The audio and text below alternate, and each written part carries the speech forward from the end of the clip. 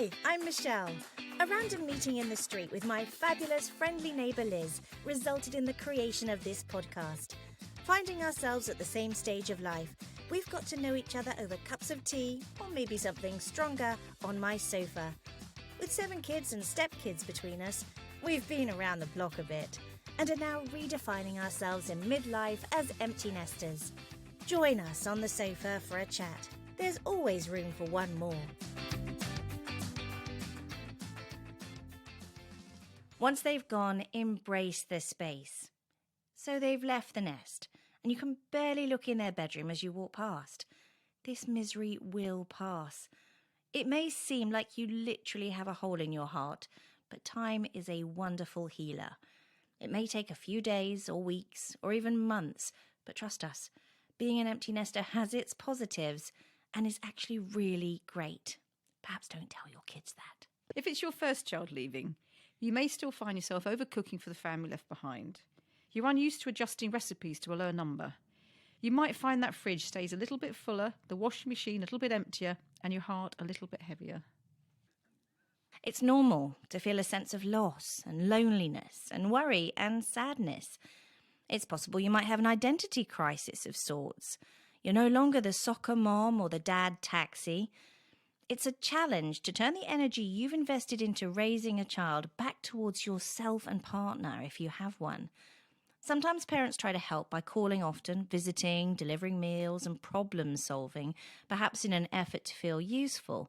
But ultimately, this just stunts their child's growth and autonomy. As we mentioned in the previous podcast, our jobs have changed from manager to consultant, and it can be quite tough making the transition. Be there, but at a distance. Let them know they can call you anytime about anything, and you can help, but remind them that you trust them to make wise choices, work hard, and enjoy finding their new tribe. Send a gift basket or an email or even a snail mail to show you're thinking of them. One of my favourite things to do after that first drop-off or a visit is to sneak a letter under their pillow or into their bag to find once we're gone. Others might be punching the air and having a lie-in rather than an early school run. Repurposing a bedroom for hobbies. Enjoying freedom from school calendars and therefore getting better deals on those vacations. Or giving siblings a ton more attention. Lucky them. For me, the first month was hard, but then life took over and I was so busy with work and friends and travel that I almost felt guilty that I wasn't so sad anymore. Although I've got to admit, watching Strictly Come Dancing just wasn't the same without my buddy at home. Celia Dodd, author of The Empty Nest, explains further. A lot of people think it's when all of your children have left home, but I think it's when your first child leaves, or if you have more than one. I think people think of it as it's when your house is completely empty, your nest is empty. But for me, it's about missing your children and missing each one as they go. So I think it's more about that changing relationship, as much as sort of the changes in your own life as well, really. I think the whole family dynamic changes. It was a real sense of loss, actually, for me. When my eldest child went, my son went, I really felt it physically. I felt really, like a part of me had gone, as people often say. And I found it really hard to adjust. Wasn't that I didn't have things going on in my life. I had work and I had friends, all of that. But I just felt that something central to my life had gone out of it. And I felt very low and very, as if the light had gone out of my life, actually, for quite a long time. There's so many mixed emotions. You feel very proud of yourself and of your child. You're excited, you want them to do well. But at the same time, I think there is this huge sense of loss, and your identity is changing. You've got all these different things in the mix. So I think it's a very complicated mixture of emotions. Easier said than done. The best way to prepare yourself for the empty nest is incrementally. Find interests and friends outside of the school environment. Connect with your partner again, not just as co-parents, but as friends, finding interests in common and taking up hobbies together. It's just as hard for dads to lose their mate that they took to football games, watched sport with, or enjoyed the entire back catalogue of Harry Potter with. Plan things for the days after they've gone, like going to the movies or arrange dinner with friends. Actor Dave Keeling describes his unexpected feelings during the first year of empty nesting. So my eldest daughter, she left home a couple of years ago. She's been at uni for 2 years now. My youngest daughter is about to go to university, although with her friends passing their driving tests and her work schedule, we don't really see her much either. And so the empty nest thing was a thing that everyone was going, oh, it's going to be awful, you're going to hate it, you're going to really, really miss them. And actually, to be honest with you, it's been quite a positive experience. I really enjoy the fact that my daughter's at uni in Brighton. We get to go to a coastal place to visit. She's doing music, so we've got to watch some gigs. My youngest daughter's hopefully going to Bournemouth. That's 2 coastal towns. So that's something to look forward to as well. And actually, me and my wife have found ourselves with a bit more free time. We're kind of getting our own lives back a little bit. So we have things like on a Tuesday evening, we think, hey, we can go out for a meal tonight. There's no pickups, there's no clubs. It's quite an exciting time. That and the knowledge that probably in a few years' time they're going to come home anyway, because with the cost of living, the chance of them ever having their own place is going to be quite slim. But I suppose we're very fortunate that me and my wife are both self-employed, so we've always spent quite a bit of time together anyway. So I know one of the biggest concerns for a lot of couples with empty nest is that you're going to have to kind of discover each other again. We're quite fortunate that we're in each other's company quite a lot, and we quite like each other, which is nice as well. The other thing is that I always wanted my kids to leave the nest and become independent beings of their own, so they can go off and have fantastic lives, and then we can be a part of that. So there'll always be bedrooms for them. They do come home quite a lot. They're often ringing for money as well, so that's another good thing. But in terms of the feelings, I was never really worried about it. I think it's all been very natural, and so I'm excited for their future, but I'm also excited for me and my wife's future, because we have time now to get back to doing some of the things we were doing before we had kids. So all in all, it's not been a bad experience, and I'm quite looking forward to the adventure that the new frontier brings. That's a great way of looking at it. Dr. Dominique Thompson from Buzz Consultancy suggests you see empty nesting as an opportunity, that we are not defined by our kids. Empty nest can be quite scary to people, where, we've just been through maybe graduations or, kids leaving schools, and we've had our waterproof mascara and our tissue moments, and we're a bit nervous about them going. I have to say, didn't expect to love it as much as I did, but I've had the most phenomenal empty nest year, and I've stayed in contact with my son and my daughters who have left already. I've loved seeing them thrive. But words of advice from you on how parents can go into empty nesting with a positive frame of mind, rather than feeling very, very sad at their empty room, because there is that, but there's a lot of positives, isn't there? Absolutely. And it is really hard.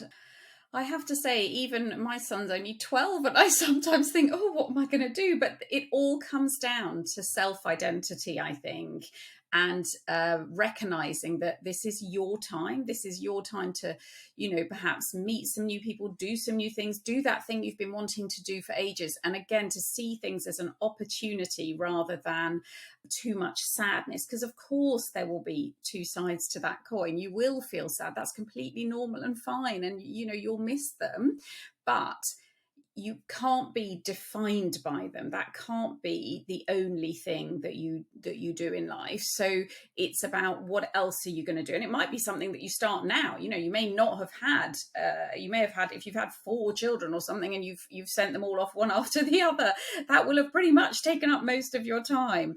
But I think it's much more now about seeing yourself as more than just your children. You are not them, and their lives are not your life. So it is really important now to see that opportunity, and it may take a little bit of time, a little bit of adjusting.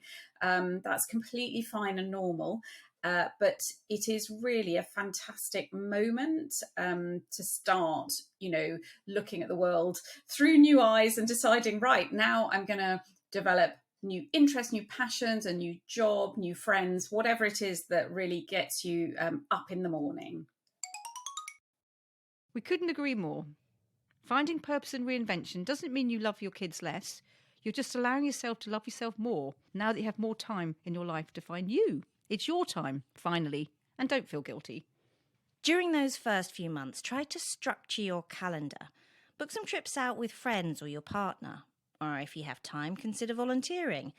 You might want to return to work if you've been a stay-at-home parent. Even if you've been out of the workplace for some years, don't belittle the incredible negotiating skills and multitasking abilities that you've mastered as a parent when you're preparing a new resume. If you've ever got a toddler to eat broccoli or a teenager to clean up the kitchen, then you are rocking it in management. Make the effort to connect with friends, old and new. Maybe set a target of at least one coffee or lunch a week to force yourself out of the house. Meet for a walk and get some much-needed vitamin D. It'd be a great time to catch up on our podcast. Your college kid will be relieved that you're finding time to do things and potentially feel less guilty about leaving you. Remember, it's tough on them too. Helen Wills, author of Actually Mummy blog and host of Teenage Kicks podcast, has a diabetic daughter. Already she's thinking about how to deal with her daughter's independence when she leaves next year.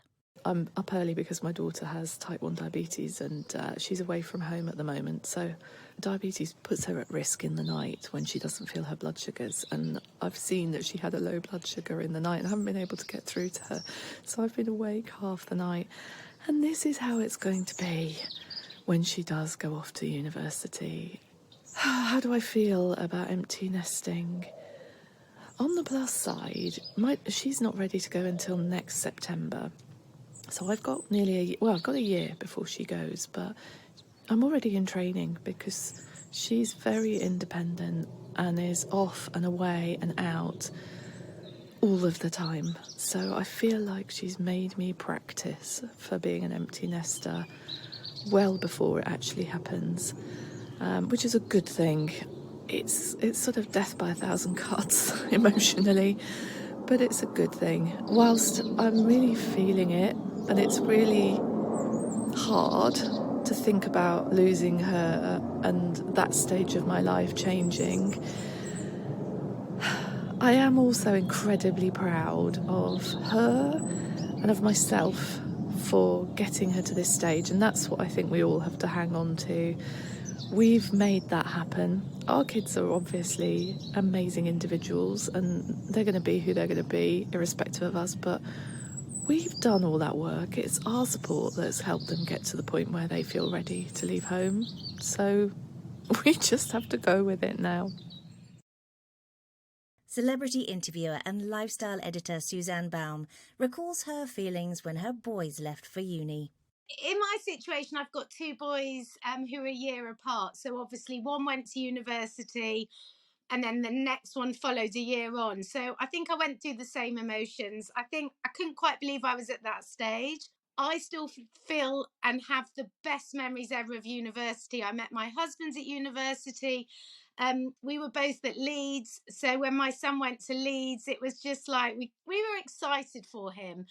I was a bit heavy-hearted, but I think you kind of know they've got, you've done your best for them. It's amazing they got into university. And I think what's happened with me is my kids went to universities that, at the most 3 hours away from home. So I knew they could be home tomorrow if they wanted to. I could be there tomorrow. So there was never any real heartache. It was just, I'd describe it as a bit heavy-hearted, but then, exciting too. Have a listen to recent empty nesters Natalie and Caroline as they explain how they've planned and embraced their new chapter. The thought of an empty nest both excites and terrifies me in equal measure. It was because of that mindset I decided I wanted to start preempting a semi-empty nest before my eldest child heads off to university in September. I stopped working over 17 years ago when I had my first child, and I dabbled with a little bit of part-time work when the kids were at school. We then moved abroad for 5 years, and work was very much on the back burner, and my husband's career was the main focus. On returning to the UK, I decided that I wanted to go back and do some form of work, but I wasn't quite sure what. Therefore, I signed up to a whole host of courses, including counselling, interior design, cookery, floristry, but none of them really led me to the path that I wanted to follow, and I kind of labelled myself jack of all trades, but master of none. Last year, a chance conversation with a friend about my love for all things TV and film, and a path not taken after drama school in my late teens, led to a real light bulb moment, and I found myself signing up to train and become a professional chaperone. This new job has quite literally been life-changing. To put it simply, I love going to work. It has given me a whole new sense of purpose, and I almost skip out the door, even when it's a 5 a.m. call time. At times, I can feel quite resentful when I can't say yes to work. And the job also plays absolute havoc with my social life, as plans change and there are lots of last-minute arrangements, which is very common in the industry that I now work in. But fortunately, my family and friends have been incredible and seem to understand when I send a message saying, "I'm so sorry, but I need to reschedule. Eek, apologies." The work keeps on coming, manifestation is paying off, and I feel very lucky to do what I do. Being an empty nester, is it okay to say, actually, I love it? Well, I still have loads of contact with my children, and I do feel they're part of my day-to-day life, but I just feel free. I'd always been interested in nutrition and how the food we eat can be the most powerful form of medicine. I think that came from believing that I've kept my diagnosis of Crohn's in remission through my diet for many years. I'd worked full-time in advertising until my youngest was 10. And then my husband's job took our family to Singapore. And because I wasn't working at that time, it gave me the opportunity to study nutrition, and I qualified as a nutritional therapist. But it's only now, back in the UK, and my kids having finally left home and gone to university, that I found the time to sort of focus on setting myself up in a business as a nutritional therapist.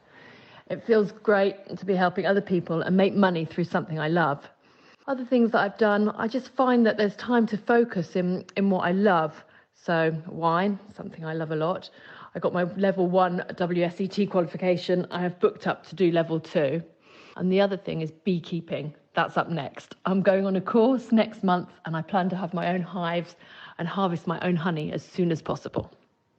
Finally, Steph sums it all up in a really positive way. I'm a 50-year-old mother of an 18-year-old who's literally about to fly the nest. I've been a single mom for 10 years with my daughter, and we're very close. And I was very scared about the feeling of my daughter leaving home and leaving me, and where that would leave me. And I felt very anxious and nervous about it. And then she had her last day at school and actually decided to go travelling for a month, and is actually still away now. So that was terrifying to me, the thought of her going. But actually what I found when she went was that I felt really proud of her, and I felt really proud of me, and I felt really proud of what we had achieved together, and the fact that I knew that I was ready to let my little bird fly, and that I'd built her wings nice and strong. And I actually felt this unbelievable sense of pride, which I really wasn't expecting. And then, of course, I was going out. I've been going out more, and I've actually found it quite liberating, because actually, for the first time, I'm just wearing what I want to wear and not worried about what my 18-year-old daughter's going to say when she looks at me and goes, "Mum, you're not going to wear that, are you?" I don't have to worry. So in actual fact, although the thought of it was all terrifying and scary to me, I've actually found it really the opposite. I found it quite liberating, and I'm excited to see what's going to become of her, and I'm excited to see what's going to become of me too. Whatever you do, don't follow Liz's example and buy a puppy. At least not until you've given yourself a few months to get used to the idea of being an empty nester. Just as you get freedom, you lose it again, as you have to be home halfway through the day to let them out, or pay kennel fees every time you want to spontaneously travel. Let loose in the kitchen with our uplifting TWC Empty Nest playlist, available on Spotify and through our website. Play it loud, dance around, and don't get judged. And don't forget, there's lots more resources and ideas on our website at www.twowomenchatting.com. Time is a great healer. You'll love and appreciate each other in different ways, and it really is time for you. Join us on the sofa. We've always got room for one more, and we're always talking about fabulous, interesting topics that matter to us, our families, and our friends.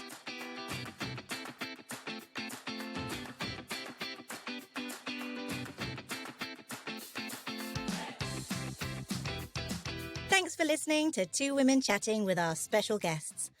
If you enjoyed this episode, it would mean the world to us if you left a rating and review. Even better, share with your friends. And please get in touch. We'd love to hear from you. There's a link on our Instagram bio and Facebook pages.